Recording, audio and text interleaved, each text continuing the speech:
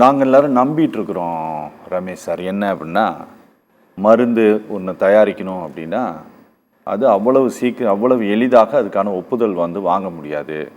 அதுக்கு நிறைய கட்டுப்பாடுகள் இருக்குது. ரொம்ப ரூல்ஸ் அண்ட் ரெகுலேஷன் படி தான் ஒன்று தயாரிக்க முடியும் அப்படின்னு நாங்கள் நம்புகிறோம்.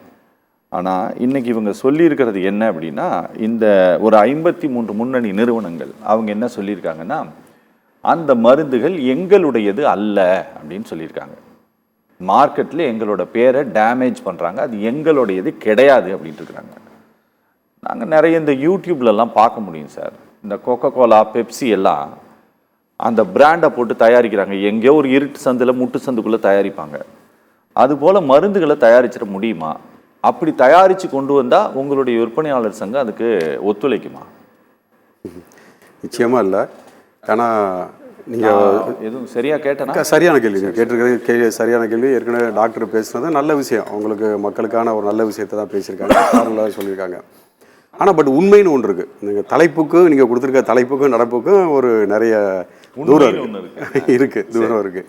எப்படின்னு கேட்டிங்கன்னா, இப்போ நம்மளை பொறுத்த வரைக்கும், இந்தியாவை பொறுத்த வரைக்கும் 11,000 தொழிற்சாலைகளுக்கு மேலே மருந்து தொழிற்சாலைகள் இருக்குது.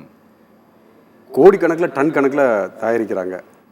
அதே சமயம் விலை குறைவான தரமான மருந்துகள் இந்தியாவில் தான் தயாரிக்கிறாங்க. அதுக்கு சாட்சி என்ன, கிட்டத்தட்ட 210 நாடுகளுக்கு இந்தியாவில் இருந்து தான் மருந்துகள் ஏற்றுமதி செய்யப்படுகிறது. அதில் அதிகமான வாடிக்கையாளர்கள் யாருன்னு கேட்டால் அமெரிக்கா தான் முதல் அதிகமாக நம்மள்ட்ட இந்தியாவில் வந்து மருந்துகளை எடுத்துக்கொள்ளக்கூடிய நாடுகள். இதுக்கெல்லாம் அதுக்கு போக பார்த்தீங்கன்னா, இந்தியாவோட டொமஸ்டிக் மார்க்கெட்டு ஒரு 2.5 லட்சம் கோடி, எக்ஸ்போர்ட் ஒரு 2.5 லட்சம் கோடி. இப்படி இருக்க அந்த ஒரு பெரிய சந்தையில் இவ்வளவு நல்ல தரக்கட்டுப்பாடுகள் இருக்கிறதுனால தான் வெளிநாடுகள் வந்து இங்கேருந்து மருந்துகளை இறக்குமதி பண்ணுறாங்க. மிகப்பெரிய தரக்கட்டுப்பாடுகள் நல்லா இருக்குது. இதில் வந்து என்னென்னு கேட்டிங்கன்னா, நீங்கள் இப்போ சொன்ன மாதிரி இதில் போலி மருந்து அப்படிங்கிறது வேறு, தரக்குறைவான மருந்து அப்படிங்கிறது வேறு. நீங்கள் இன்றைக்கி சொல்லியிருக்க 50 நிறுவனங்களுடைய மருந்துகளில் வந்து தரக்குறைவான மருந்துகள் அப்படிங்கிற மாதிரி ரிப்போர்ட் வந்திருக்கு. நான் ஸ்டாண்டர்ட் அப்படிங்கிற மாதிரி ரிப்போர்ட் வந்திருக்கு. நாட் டு ஸ்டாண்டர்ட் அது என்னன்னு கேட்டீங்கன்னா, சப்ஸ்டாண்டர்டுக்கும் சப்ஸ்டாண்டர்ட் அப்படிங்கிறது என்னன்னு கேட்டீங்கன்னா, போலி மருந்து. இப்போ குரோசின் இருக்குன்னு வச்சுங்களேன், குரோசின் பேர்ல இன்னொருத்த என்ன பண்ணுவான், ஒரு பாராசெட்டமாலுக்கு பதிலாக வேற ஏதாவது ஒரு பவுடரை போட்டு தயார் பண்ணுவான். அதுதான் போலி மருந்து. ஓகே. பட் ஆனால் அந்த மருந்துகள் தயார் பண்ணும்போதுல, ஒரு பாராசெட்டமாலை தயார் பண்ணும்போது கிட்டத்தட்ட 20-30 இன்கிரீடியன்ட் சேர்ந்து தான் பாராசெட்டமால் வருது. அது ஒரு பெரிய வேதி பொருள். அது வந்து ஒரு இது நடக்குது அங்கே ஒரு நடந்து அந்த மருந்தை கொண்டு வரும்போதுல அதில் எங்கேயாவது கவர்மெண்டோட அந்த ஸ்டாண்டர்டில் ஏதாவது ஒரு சின்ன வித்தியாசம் இருந்தால் கூட அதை நான் ஸ்டாண்டர்ட்னு கொண்டு வந்துடுவாங்க. சின்ன இதுன்னா, அதாவது உதாரணத்துக்கு ஒரு 500 மில்லிகிராம் இருக்க வேண்டிய இடத்துல ஒரு 490 மில்லிகிராமோ அல்லது 480 மில்லிகிராமோ அதில் இருந்துருச்சுன்னு வச்சுக்கோங்களேன். ஏதாவது அது மிக்சிங்கில் ஏதாவது இருந்துருச்சுன்னா அது நான் ஸ்டாண்டர்ட் தான். 20 மைக்ரோகிராம் கம்மியாக இருந்தால் கூட அது நான் ஸ்டாண்டர்ட்னு கொண்டு வந்துடுவாங்க. அதான் சட்டப்படி சொல்லுது. இது ரொம்ப ரேராக நடக்கக்கூடிய விஷயங்கள். ஏன்னா இவ்வளோ பெரிய மார்க்கெட்டில் நமக்கு CDSCO சர்வே படி, WHO சர்வே படி நம்மகிட்ட இருக்க நான் ஸ்டாண்டர்டோடைய ரேஷியோ வந்து பார்த்தீங்கன்னா 0.5% மருந்துகள் தான் நான் ஸ்டாண்டர்டில் இருக்குது. 2.3% மருந்துகள் தான் ஸ்பியூரியஸ்ன்னு சொல்கிற அந்த போலி மருந்துகள் உலாவிக்கிட்டு இருக்கு. இப்போ அந்த நான் ஸ்டாண்டர்ட் அப்படிங்கிறது வந்து ஃபேக்ட்ரி நல்ல ஸ்டாண்டர்டாக இருந்தால் கூட, நல்ல குவாலிட்டியான ஃபேக்ட்ரியாக இருந்தால் கூட, அதில் நல்ல கட்டுப்பாடுகள், தரக்கட்டுப்பாடுகள் இருந்தால் கூட சில சமயங்களில் இது வருவதற்கான வாய்ப்புகள் இருக்குது. இந்த CDSCO வந்து இப்போ வந்து வெளிப்படைத்தன்மையாக ரொம்ப ஸ்ட்ரிஞ்சண்டாக ஒரு தொடர்ந்து ஆய்வுகள்லாம் மேற்கொண்டுக்கிட்டு இருக்கிறதுனால, குறிப்பாக இது வந்து தமிழ்நாடு மருந்து கட்டுப்பாட்டுத்துறை தொடர்ந்து ஆய்வுகள்லாம் அதை மேற்கொண்டுகிட்டு இருக்கிறதுனால, மத்திய அரசோட ஆய்வு கட்டுப்பாடு மேற்கொண்டிருக்கிறதுனால தான் இதெல்லாம் கண்டுபிடிக்க முடியுது. அதனால் இது வந்து ஒரு பயப்படுற மாதிரி இல்லை, ரொம்ப குறைவான சதவீதம் தான் இது நடந்துகிட்டு இருக்கு. இல்லை சார், இந்த குறைவான சதவிகிதம் தான் நடக்குது, நம்ம அட்ஜஸ்ட் பண்ணிக்கிறோம். நாங்கள் இதுக்கு முன்னால் சில விஷயங்கள் எல்லாம் பேசலை. குழந்தைங்களுக்கு கொடுக்கக்கூடிய சிரப் அது தரமில்லாததுன்னு சொல்லிட்டு, அதுவும் உத்தரகாண்டை சேர்ந்த நிறுவனங்கள் நினைக்கிறேன். நீங்கள் எத்தியோப்பியான்னு நினைக்கிறேன், எத்தியோப்பியாவோ கென்யாவோ கரெக்டுங்களா? ஏதோ ஒரு ரொம்ப நாளைக்கு முன்னாடி சவுத் ஆஃப்ரிக்கன் கண்ட்ரி தான். நீங்கள் அங்கே வந்து நிறைய குழந்தைங்க இறந்து போனாங்க. அவங்க வந்து தடை விதித்தாங்க இந்த மருந்துகளுக்கு. அதுபோல் இப்போ நீங்கள் சொல்கிற இந்த 53 நிறுவனங்களுடைய இந்த தயாரிப்புகளும், அதுக்கு நீங்கள் சொல்கிறது என்னென்னா, ரொம்ப குறைவான காரணத்தை ஒன்று சொல்கிறீங்க. ஒரு 500 mg இருக்கணும் அப்படின்னா அதில் ஒரு 490 mg இருந்தால் கூட, இல்லை 80 mg அலோவ் பண்ணுறாங்க, அவ்வளோதான் அலோவ் பண்ணுறாங்க. இருந்தாலும் அதை வந்து நாட் டு ஸ்டாண்டர்ட்னு சொல்லிடுவாங்கன்னு சொல்லி, 1 மில்லிகிராம் குறைஞ்சா கூட நாட் டு ஸ்டாண்டர்ட்னு வந்துடும். இல்லை சோதனை பண்ணும்போது இல்லை, அந்த அளவில் தான் இதை புரிஞ்சுக்கணுமா? அதுதான் இது உண்மை. இப்போ நீங்கள் சொன்ன இந்த வெத்தியப்பழம் நடந்த சமயம் கடைசியில் அது அப்புறம் அறிக்கையெல்லாம் வந்த பிறகு மருந்து தயாரிப்பில் எந்த குறைபாடும் இல்லை, அங்கே நடந்திருக்க ஏதோ தவறுகள் தான் இருந்திருக்குன்னு சொல்கிறாங்க. பட் ஆனால் இப்போ அந்த நாக்பூரில் நீங்கள் சொன்ன விஷயங்கள் வந்து என்னென்னு கேட்டிங்கன்னா, இப்போ தமிழ்நாடு மாதிரி கேரளா மாதிரி இன்னைக்கு இந்தியாவுக்கே ரோல் மாடலாக இருக்கிறது டிஎன்எம்எஸ்சி, தமிழ்நாடு மருந்து கொள்முதல் கழகம்.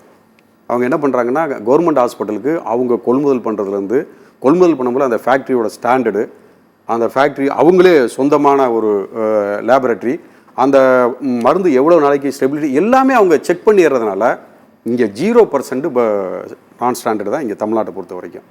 பட் அதே சமயம் தமிழ்நாடு கேரளாவும் அதே மாதிரி இந்த மாடல் தான் கேரளாவும் எடுத்துக்கிட்டாங்க, கர்நாடகாவும் இப்போ ஃபாலோ பண்ணுறாங்க. பட் இந்த மாடல் வந்து நார்த் இந்தியாவில் இப்போ தான் கொஞ்சம் கொஞ்சமாக போயிட்டுருக்கு. இந்த சம்பவம் நடந்து கிட்டத்தட்ட 3-4 வருஷத்துக்கு ஆச்சு. இப்போ தான் குற்றப்பத்திரிகை தயார் பண்ணியிருக்காங்க. அப்போ அங்கே என்ன பண்ணுறாங்கன்னா டெண்டர் போடுறாங்க. டெண்டர் போடும்போது இந்த மாதிரி உள்ளுக்குள்ளே வந்து நார்த் இந்தியாவில் ஒரு மருந்தை வந்து போலி மருந்தாகவே உள்ளே அனுப்பிச்சிட்றாங்க. அது நடந்திருக்கு, அங்கே நார்த் இந்தியாவில் நடந்திருக்கு. தமிழ்நாட்டை பொறுத்த வரைக்கும் இப்போ இல்லை, ரொம்ப காலமாகவே தமிழ்நாடு கேரளா போன்ற மாநிலங்களில் இது நடக்கவே இல்லை, நடக்கிறதுக்கான வாய்ப்புகளும் ரொம்ப ரொம்ப குறைவு. ஆனால் இன்னும் சொல்லப்போனால் இந்த 0.5% சொன்ன பார்த்தீங்களா அந்த நான் ஸ்டாண்டர்ட், அது கூட எங்கே நடக்குதுன்னு கேட்டிங்கன்னா கவர்மெண்ட் சப்ளையில் தான் நடக்குது. இஎஸ்ஐ, சிஜிஹெச்எஸ் சப்ளை, அந்த மாதிரி நீங்கள் சொன்ன மாதிரி வட இந்தியாவில் இருக்க மருத்துவமனைகளுக்கு போகும்போது தான் இந்த மாதிரி பிரச்சனைகள்லாம் அதுக்கு அந்த டெண்டர் போட்டு அவங்க வரும்போதில் அந்த ஃபேக்ட்ரிகளில் வர்றதுல தான் இன்னும் கொஞ்சம் ஸ்டாண்டர்ட் ஒரு அந்த 0.5% பெரும்பங்கு அவங்கள்ட்ட தான் இருக்கே தவிர, மற்றபடி நீங்கள் நம்ம வீட்டுக்கு பக்கத்தில் இருக்க உங்கள் மருத்துவர் பரிந்துரைத்து நம்ம வீட்டுக்கு பக்கத்தில் இருக்க பாரம்பரியமிக்க மருந்து கடையில் வாங்குகிற மருந்துகள் வந்து 100% சேஃபான மருந்துகள் தான். நீங்கள் தைரியமாக அந்த மருந்துகளை எடுத்துக்கொள்ளலாம். நம்ம மட்டும் இல்லை, நம்முடைய மருந்துகளுடைய தரக்கட்டுப்பாடுகள் உலகமெங்கும் தரக்கட்டுப்பாடுகளை பார்த்துக்கிட்டு தான் இருக்காங்க. அதனால் நம்மளுடைய மருந்துகளில் எந்த இடத்துலையும் பயப்படுற அளவுக்கு தரக்குறைவோ அல்லது போலி மருந்துகளோ ரொம்ப சதவீதம் ரொம்ப ரொம்ப ரொம்ப கம்மி அப்படின்னு தான் சொல்லுவேன். எப்படி நீங்கள் ஒருவேளை இந்த தொழிலில் இருக்கிறதுனால இப்படி பேசுகிறீங்க அப்படின்ட்டு எங்களால் புரிஞ்சிக்க முடியுது சார். இல்லை, நான் சொல்கிறது வந்து தரவுகள், உலக சுகாதார WHO ரிப்போர்ட் அண்ட் CDSCோட ரிப்போர்ட். இல்லை, நான் உங்ககிட்ட ரொம்ப சிம்பிளாக கேட்குறேன். நீங்கள் ஒரு கடையில் போய் டீ குடிக்கிறீங்க, அந்த டீயில் ஒரு ஒன்று விழுந்துருச்சு. அந்த விழுந்ததுனால அந்த டீ ஒன்றும் கெட்டு போக போகிறது கிடையாது. நீங்கள் சாப்பிடுவீங்களா? சாப்பிட மாட்டீங்க. இப்போ அது தானாக தரக்குறைவோ ஆயிடுச்சு, கரெக்டுங்களா சார்? டீயை வந்து கடைக்காரர் மேனுஃபேக்சர் பண்ணல, அது வந்து விழுந்ததுனால அது தரக்குறைவானதாகிடுச்சு, நீங்கள் சாப்பிட மாட்டீங்க. ஆனால் நீங்கள் வந்து சென்ட்ரல் ட்ரக் ஸ்டாண்டர்ட் அத்தாரிட்டி இவங்க சொன்ன பிறகும் கூட நீங்கள் பயப்பட தேவையில்லைன்ட்டு நீங்கள் எங்களுக்கு நம்பிக்கை கொடுக்குறீங்க. அது நிஜமாலுமே நல்லா இருக்குது, கேட்குறதுக்கு நல்லா இருக்குது. இதுதான் நீங்க சொன்ன உண்மையா சார்? உண்மை. இன்னும் திரும்ப சொல்றேன், இந்த மருந்து நிறுவனங்கள்லாம் நிறைய கிரெடிபிலிட்டி ரொம்ப வருஷமா சந்தையில் இருக்காங்க. சரி, இவங்களுக்கு வந்து இன்டென்ஷன் வந்து இந்த மாதிரி மருந்துகளை தயார் பண்றோம்னு யாருக்குமே இருக்காது. நான் அதான் சொல்றேன், திருப்பி இது ஒரு கெமிக்கல் ப்ராசஸ். அப்படி வரும்போதுல ஏற்படுகின்ற மாற்றங்கள்ல சின்ன மாற்றங்கள் இருந்தால் கூட அரசு அனுமதிக்க மாட்டேங்கிறாங்க. முன்னாடியெல்லாம் வந்து சரி பரவாயில்லன்னு சொல்லிட்டு இருப்பாங்க. பட் இந்தியாவுக்குன்னு ஒரு ஸ்டாண்டர்ட் இருக்குது. இந்தியா மருந்து கட்டுப்பாட்டுத்துறை CDSC வந்து அதெல்லாம் அளவு பண்ணவே மாட்டாங்க. ஒன்றும் இல்லை, ஒரு மருந்து வந்து உள்ளே போய் கரையக்கூடிய நேரம் வந்து அவங்க டிக்ளேர் பண்ணியிருப்பாங்க. 5 வினாடியில் கரையும் அப்படின்னு ஒரு டிக்ளேர் பண்ணுறாங்க வச்சுங்க. டிஸ்பெரிசபிள் டேப்லெட்னு சொல்லுவாங்க, நீங்கள் அதில் போட்டிருக்கு மருந்தில்.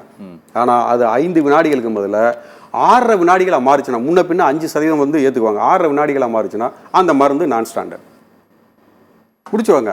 நீ டிஸ்பெரிசபிள் டேப்லெட்னு நீ டிக்ளேர் பண்ணியிருக்கீங்க, நீங்கள் 5 வினாடிக்குள்ளே கரையும்னு சொல்லியிருக்கீங்க. ஆனால் நாங்கள் சோதனை செஞ்சு பார்த்ததில் 6.2 வினாடி வருது அல்லது 5.5 வினாடி வருதுன்னா அந்த மருந்து நான் ஸ்டாண்டர்ட். ஓகே, இந்த மாதிரி வர்ற ரிப்போர்ட் தான் நீங்கள் வச்சிருக்க 50 ரிப்போர்ட்டு. சில மருந்துகள் இருக்குது, ரொம்ப கசப்பாக இருக்கும். அதுக்காக ஃபிலிம் கோட்டட், என்ட்ரி கோட்டட்லாம் நீங்கள் மருந்துகளை பார்க்கும்போது போட்டிருப்பாங்க. அந்த கோட்டட்டில் எல்லாம் வித்தியாசங்கள் வந்துச்சுனாலும் அதில் வந்து சரியான கோட்டட்டில் ஒரு சின்ன மாற்றங்கள் வந்தாலும் நான் ஸ்டாண்டர்ட்னு ஒதுக்கிடுவாங்க, ரிப்போர்ட் கொடுத்துருவாங்க. இது ஸ்டாண்டர்ட் கிடையாது. இதுதானே தவிர போலி மருந்துகளோ இது சுத்தமாக வேலை செய்யலோ இது பக்க விளைவு வந்துடும், இது வேறு ஏதாவது பாதிப்பு வந்துருங்க மாதிரிலாம் கிடையாது. அதனால தான் வெளிப்படைத்தன்மையாக CDSCO வந்து இதை வந்து இப்போ சொல்கிறாங்க. இது வந்து உண்மையிலே நம்மளுடைய தரக்கட்டுப்பாடு வந்து மிகச்சிறந்த தரக்கட்டுப்பாடுங்கிறதுக்கு ஒரு உதாரணம் இதெல்லாம்.